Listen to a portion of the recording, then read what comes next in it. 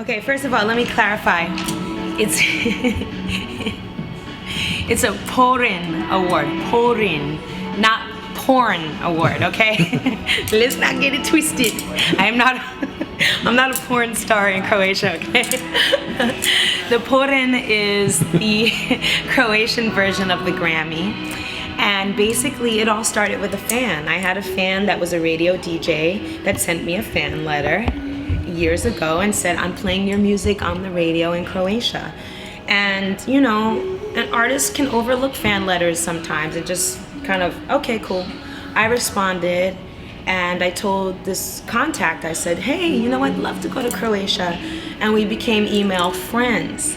And that person brought my CD to the biggest artist in Croatia, Gibonni, and played my CD at the time for him. And he invited me to record on his new CD. So I recorded all my vocals in the US, emailed them to him, and that song collaboration ended up winning 2 of their Grammys.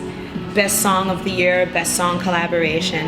And to follow, I was invited to go to Croatia and play with my band. And I did a bill opening for Gibonni with my group, and Gibonni like really vibed off of my music and kind of like understood me musically and invited me to do an arena tour with him. So going forward, I was doing these arena shows with Gibonni, and his fans went bananas. They were so responsive to me.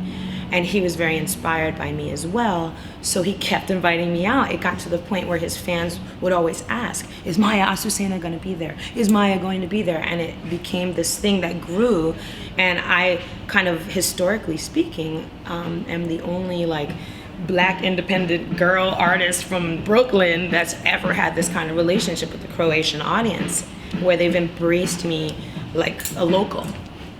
I do a lot of club shows here in the US, and I have a cool underground following. It's pretty devout, but it's still underground for the most part. And when I work with this rock artist in Croatia, he is the #1 artist in their country.